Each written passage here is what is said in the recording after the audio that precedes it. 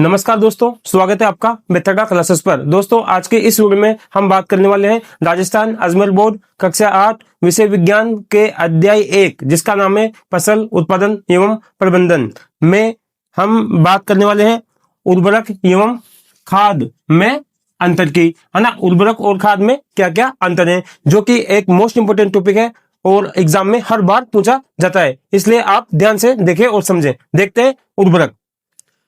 ये हो गया उर्वरक और खाद,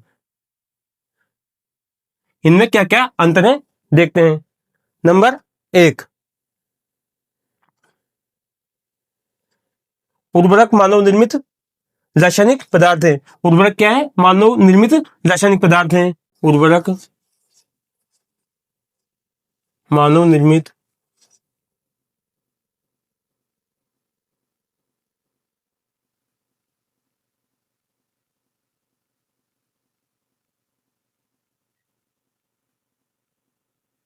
रासायनिक पदार्थ है।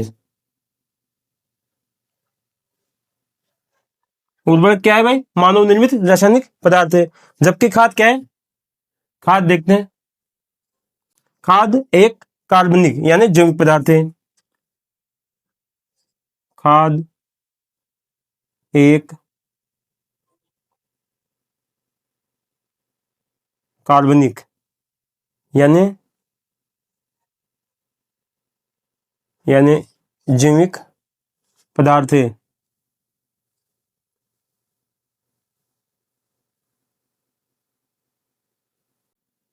जो गोबर, बात करते हैं खाद की। खाद एक कार्बनिक यानी कि जैविक पदार्थ है जो गोबर, मानव अपशिष्ट,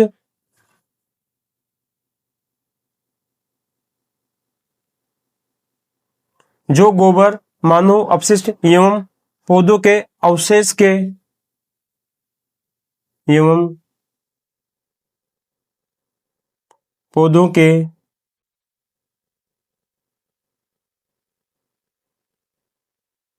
अवशेष के पौधों के अवशेष के विघटन से प्राप्त होता है।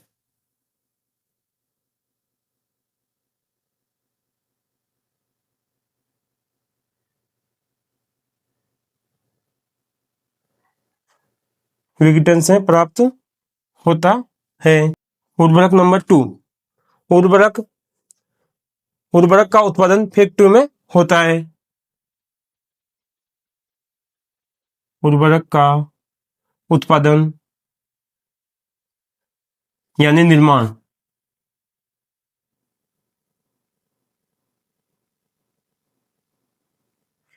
फैक्ट्रियों में होता है। उर्वरक का निर्माण कहाँ होता है? उर्वरक का उत्पादन कहाँ होता है? फैक्ट्रियों में होता है। जबकि खाद खेतों में बनाई जाती है। जबकि खाद कहाँ बनाई जाती है? खेतों में। जबकि खाद खेतों में बनाई जाती है। नंबर 3, उर्वरक से मिट्टी को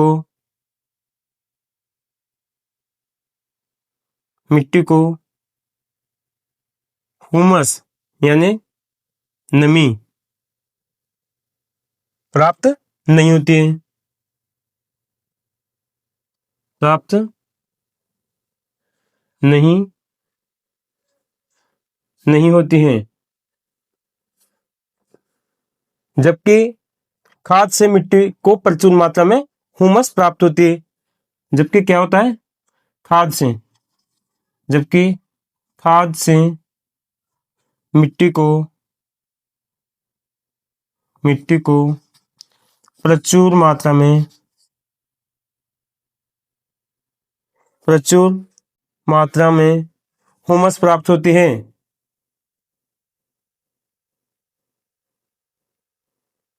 हुमस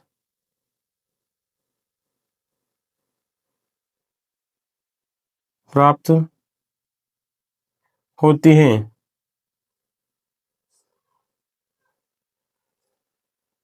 नंबर 4, जो कि ऊपर लिखेंगे, है ना। बात करते हैं उर्वरक एवं खाद में अंतर की। ये हो गया उर्वरक और ये हो गया खाद। उर्वरक क्या है? मानव द्वारा निर्मित, है ना। उर्वरक क्या है?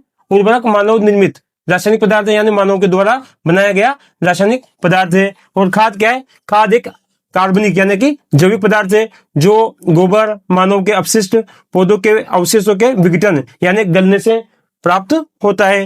उर्वरक नंबर 2, उर्वरक का उत्पादन कहाँ किया जाता है? फैक्ट्री में किया जाता है। जबकि खाद कहाँ बनाई जाती है? खेतों में बनाई जाती है ना। उर्वरक नंबर 3, उर्वरक से मिट्टी को क्या होता है? हुमस यानी नमी प्राप्त नहीं होती है, जबकि खाद से मिट्टी को प्रचुर मात्रा में हुमस प्राप्त होती है। बात करते हैं उर्वरक नंबर 4 की। 4, उर्वरक में पादप पोषक जैसे कि उर्वरक में पादप पादप का मतलब होता है पेड़ पौधे, है ना। उर्वरक में पादप पोषक, उर्वरक में पादप पोषक जैसे जैसे नाइट्रोजन,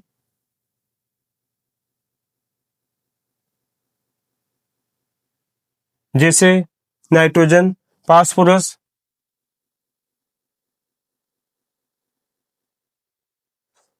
फास्फोरस तथा पोटेशियम, तथा पोटेशियम तथा पोटेशियम प्रचुर मात्रा में मिलता है। प्रचुर मात्रा में मिलता है,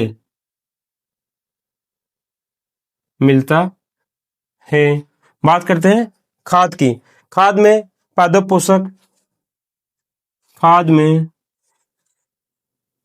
पादप पोषक, खाद में पादप पोषक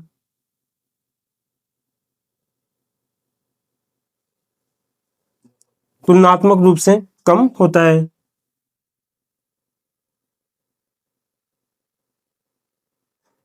तुलनात्मक रूप से कम होता है।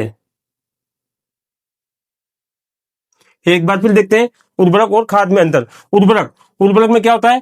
पादप पोषक जैसे कि नाइट्रोजन, फास्फोरस तथा पोटेशियम प्रचुर मात्रा में यानी भरपूर मात्रा में मिलता है। जबकि खाद में क्या होता है? पादप पोषक तुलनात्मक रूप से कम मिलता है ना।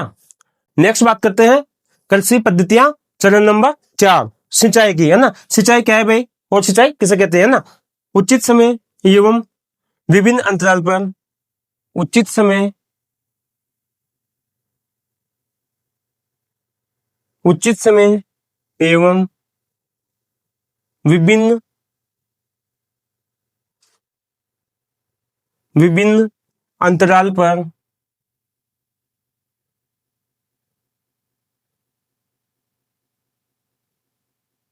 उचित समय एवं विभिन्न अंतराल पर खेत में जल देना, खेत में जल देना, खेत में जल देना सिंचाई कहलाता है। सिंचाई कहलाता है। सिंचाई किसे कहते हैं?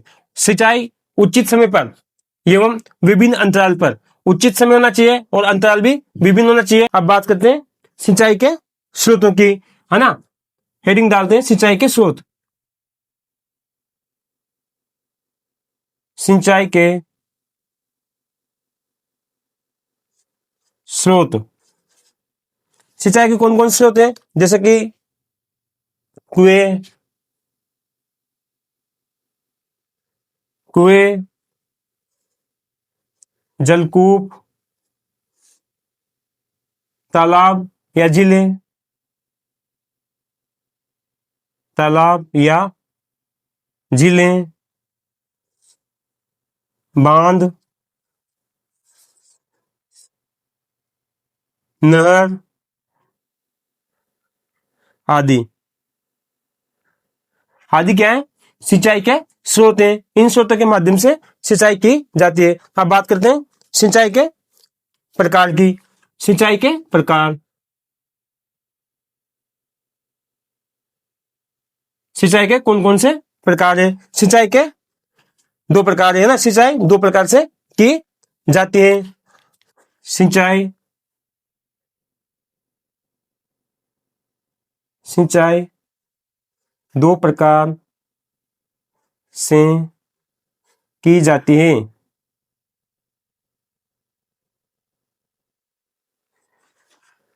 सिंचाई दो प्रकार से की जाती है ना। पहला कौन सा है? पारंपरिक तरीका। पहला है सिंचाई के सिंचाई के पारंपरिक सिंचाई के पारंपरिक तरीके। और दूसरा है सिंचाई की आधुनिक विधियां।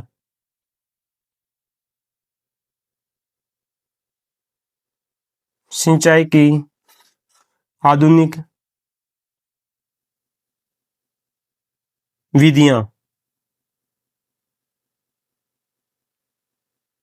बात करते हैं सिंचाई के पारंपरिक तरीकों की, है ना। नंबर 1, सिंचाई के पारंपरिक पारंपरिक तरीके। सिंचाई के पारंपरिक तरीके देखते हुए जिसके माध्यम से जिसके माध्यम से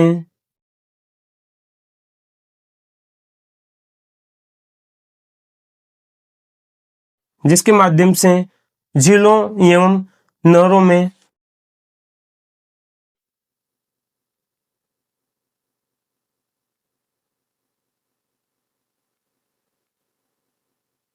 जिसके माध्यम से झीलों एवं नहरों में उपलब्ध पानी को उपलब्ध पानी को उपलब्ध पानी को खेतों तक पहुंचाया जाता है।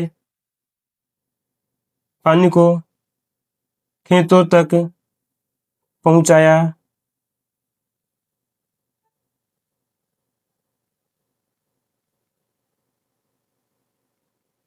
पहुंचाया जाता है जो निम्न है। जो निम्न है। एक बार और देखते हुए कृषि पद्धतियां। चरण नंबर 4, सिंचाई।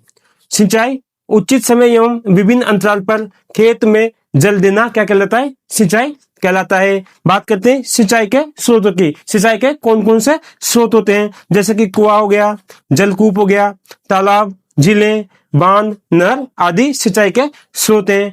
ठीक है। अब बात करते हैं सिंचाई के प्रकारों की। सिंचाई दो प्रकार से की जाती है। एक तो है सिंचाई के पारंपरिक यानी पुराने जमाने के तरीके, और दूसरे सिंचाई की आधुनिक यानी नए जमाने की विधियां। बात करते हैं सिंचाई के पारंपरिक तरीकों की, है ना, जिसके माध्यम से झीलों एवं नहरों में उपलब्ध पानी को खेतों तक पहुंचाया जाता है जो निम्न है। नंबर एक मोट, जिसे क्या कहते हैं? गिरनी, जिसे गिरनी भी कहा जाता है। Number 2 chain pump. Number 2 chain pump. Number 3 ढेकली।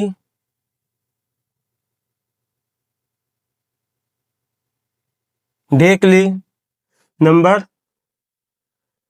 4 रहट। रहट, जिसे उत्तोलक भी कहते हैं। जिसे उत्तोलक भी कहते हैं। जल को ऊपर खींचने के लिए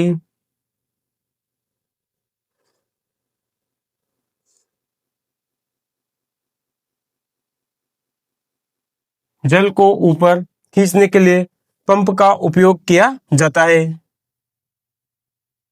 पंप का उपयोग किया जाता है। जल को ऊपर खींचने के लिए किसका उपयोग किया जाता है? पंप का उपयोग किया जाता है। अब और पंप चलाने के लिए किसका उपयोग किया जाता है, देखते हैं। और पंप चलाने के लिए, और पंप चलाने के लिए, और पंप चलाने के लिए, पंप चलाने के लिए डीजल, डीजल, बायोगैस,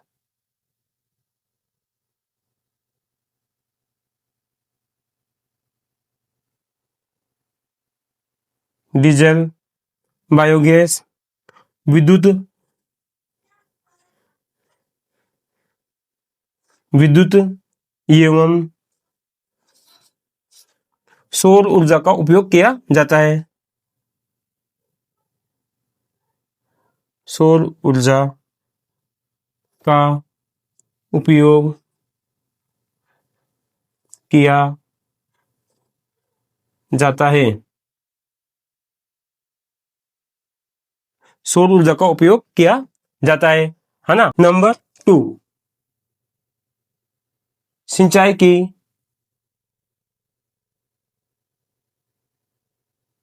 आधुनिक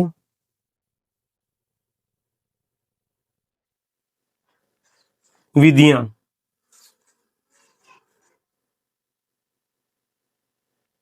सिंचाई की आधुनिक विधियां ना। सिंचाई की आधुनिक विधियां कौन कौन सी है? जैसे कि पहला है छिड़काव तंत्र,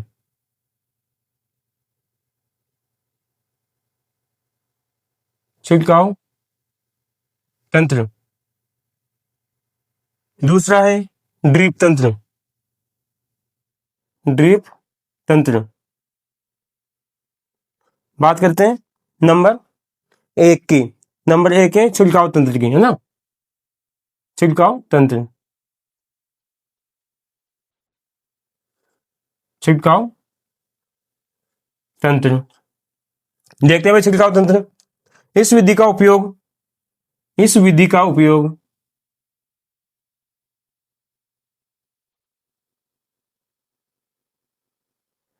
इस विधि का उपयोग असमतल,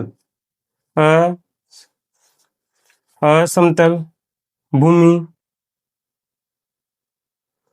के लिए, के लिए किया जाता है। इस विधि का उपयोग असमतल भूमि यानी ऊंची नीची ऊबड़ खाबड़ भूमि के लिए किया जाता है। इसके ऊपरी सिरों पर नोजल लगे होते हैं। इसके ऊपरी सिरों पर,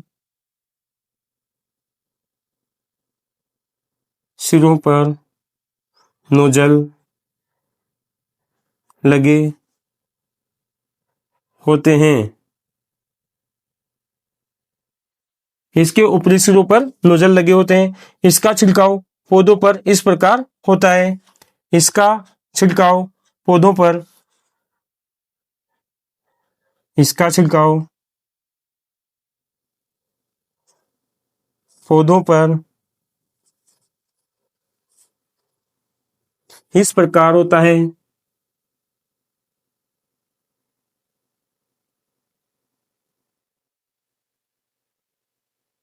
इस प्रकार होता है जैसे वर्षा हो रही है, जैसे वर्षा हो रही है। ये लोन एवं कॉफी की खेती के लिए अत्यंत उपयोगी है। ये लोन एवं कॉफी की खेती के लिए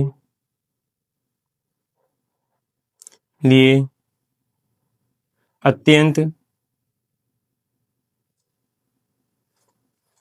उपयोगी है। देखते हैं सिंचाई की आधुनिक विधियां। पहली होती है छिड़काव तंत्र, दूसरी होती है ड्रिप तंत्र। बात करते हैं छिड़काव तंत्र की। इस विधि का उपयोग असमतल यानी ऊंची नीची उबड़ खाबड़ भूमि के लिए किया जाता है। इसके ऊपरी सिरों पर क्या लगे होते हैं? नोजल लगे हुए होते हैं, जिसका छिड़काव पौधों पर इस प्रकार किया जाता है जैसे कि बरसात हो रही है ना। यह लोन और कॉफी की खेती के लिए अत्यंत उपयोगी होती है। नेक्स्ट बात करते हैं ड्रिप तंत्र की।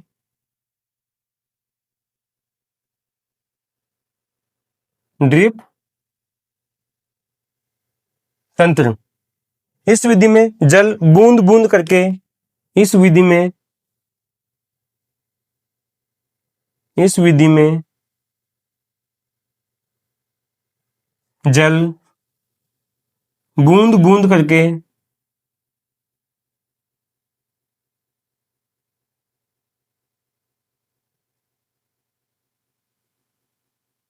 इस विधि में जल बूंद बूंद करके सीधे पौधों की जड़ों में गिरता है।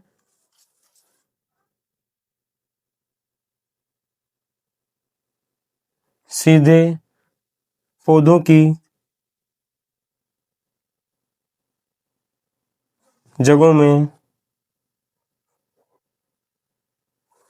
में गिरता है।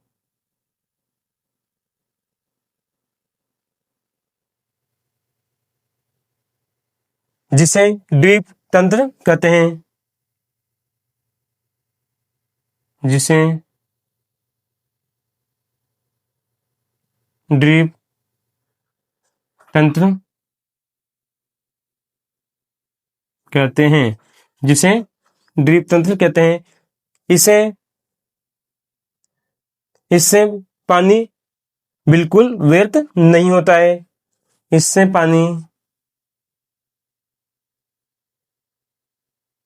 पानी बिल्कुल व्यर्थ नहीं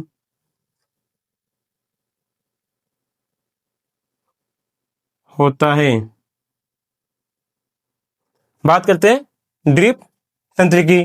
ड्रिप तंत्र, इस विधि में जल बूंद बूंद करके सीधे पौधों की जड़ों में गिरता है। कहां गिरता है? सीधे पौधों की जड़ों में गिरता है। जिससे क्या होता है? ड्रिप तंत्र, इस विधि में जल बूंद बूंद करके सीधे पौधों की जड़ों में गिरता है, जिसे ड्रिप तंत्र कहते हैं। ड्रिप तंत्र किसे कहते हैं? समझ में आ गया होगा, है ना। इससे पानी बिल्कुल भी व्यर्थ नहीं होता है। आशा करता हूं मेरे द्वारा दी गई जानकारी आपको जरूर पसंद आई होगी। Please like, comment, share and subscribe our channel. Thanks for watching this video. मिलते हैं अगले वाली नेक्स्ट वीडियो में। तब तक के लिए बाय बाय।